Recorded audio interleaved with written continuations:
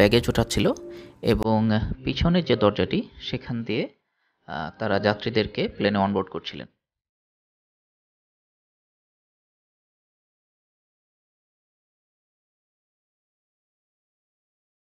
একই সাথে রানওয়েতে ইউএস বাংলার একটা ফ্লাইটও কাছাকাছি সময় ছিল। তারাও তাদের অনবোর্ডিং করছিল। দেখতে দেখতে আমরাও প্লেনে উঠে গেলাম এবং আমাদের সিটটা একদম সবার সামনে। এখানে বিজনেস ক্লাস বলে কিছু নেই এই ছোট্ট প্লেনটিতে। তবে ধারণা করতে পারি একদম শেষ মুহূর্তে বেশি টাকা দিয়ে টিকিট কাটার কারণেই হয়তো আমরা সবার সামনে সিট পেয়েছি।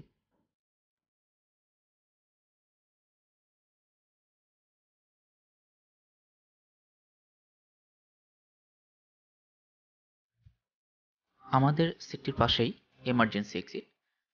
তার মানে যে কোনো জরুরি মুহূর্তে বের হবার জন্য যে ৪টি রাস্তা রয়েছে তার একটির পাশে আমরা অবস্থান নিয়েছি এবং সবার সামনে সিট পাওয়ার একটা সুবিধা হচ্ছে আমরা যথেষ্ট পরিমাণে লেগরুম পেয়েছি। যারা লম্বা তাদের জন্য এখানে পা রাখাটা বেশ কষ্টসাধ্য হয়ে যায় অনেক সময় ডোমেস্টিক ফ্লাইটে। সেই সমস্যাটা এখানে ফেস করতে হয়নি একদম সামনে বসার কারণে।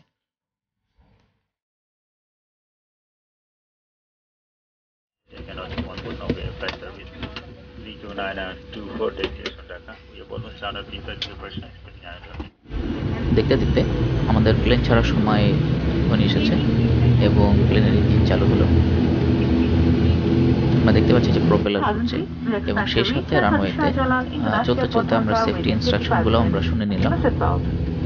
For emergency exit in aircraft, the back and two at the forward.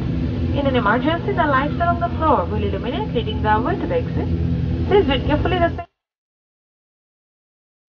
Plane take অফের জন্য তৈরি এবং টেক অফের পূর্বে ফাইনাল যে রানটা সেটা নিচ্ছে এবং এই সময় প্লেন খুবই দ্রুত গতিতে চলতে থাকে এবং যাত্রীদের সবাইকে একদম সোজা হয়ে বসে থাকতে হয়।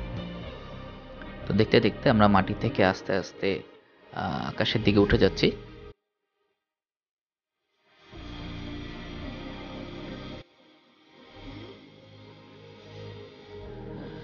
যতই উপরে উঠছি আমাদের সামনে বিস্তৃত সমুদ্র চোখের সামনে ভেসে উঠছে এবং এ দৃশ্য সত্যি খুব অপরূপ।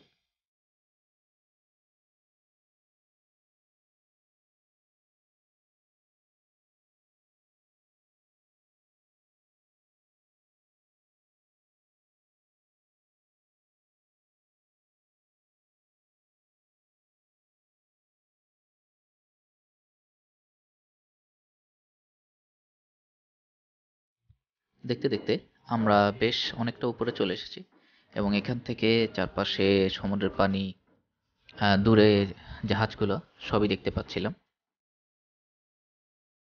মেঘের উপরে ভেসে বেড়ানোর অভিজ্ঞতাটা আসলে অন্যরকম। এই অভিজ্ঞতা ভাষায় অনেক সময় প্রকাশ করার মতো না।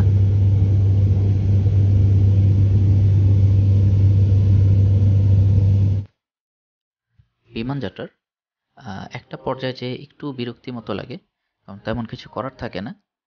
চারপাশে ভেসে বেড়ানো মেঘ দৃশ্যগুলি অনেকবারই দেখা হয়ে যায়। তখন কিছু করতে না পেরে আসলে খুব বোর লাগতে থাকে। এখন আপনাদেরকে আমাদের প্লেনটি সম্পর্কে একটু ধারণা দেওয়া যাক। এটা ATR 72-500 মডেলের। প্লেনে আসন সংখ্যা 68টি এবং 4টি এমার্জেন্সি এক্সিট রয়েছে, যার একটির পাশে আমরা বসেছি এবং এই নির্দেশিকাতে আপনার নিরাপত্তার জন্য যাবতীয় ইনস্ট্রাকশন এবং আপনার কিছু আচরণবিধি কী কী মেনে চলা উচিত তা কিছু কিছু বলা আছে। আমাদের একবারের জন্য হলেও ইনস্ট্রাকশনটা দেখে নেওয়া উচিত, কারণ বিপদ আপদ কখনো বলে কেউ আসে না।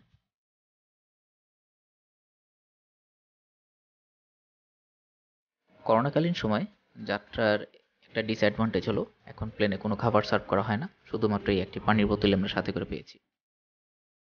দেখতে দেখতে আমরা ঢাকার প্রায় কাছাকাছি চলে এসেছি। আমাদের ফ্লাইটের আর বেশিক্ষণ বাকি নেই ল্যান্ডিংয়ের এবং আস্তে ধীরে আমরা ল্যান্ডিংয়ের জন্য প্রস্তুত হচ্ছি।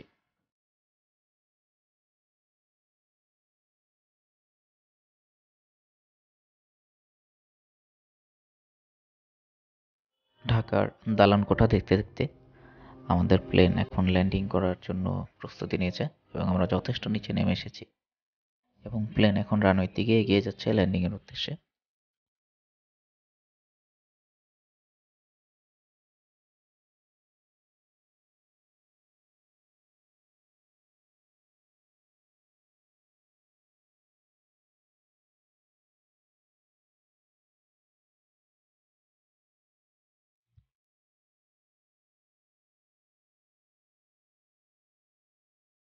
আনুমানিক 55 মিনিট পরে আমাদের প্লেন ঢাকায় ল্যান্ড করলো।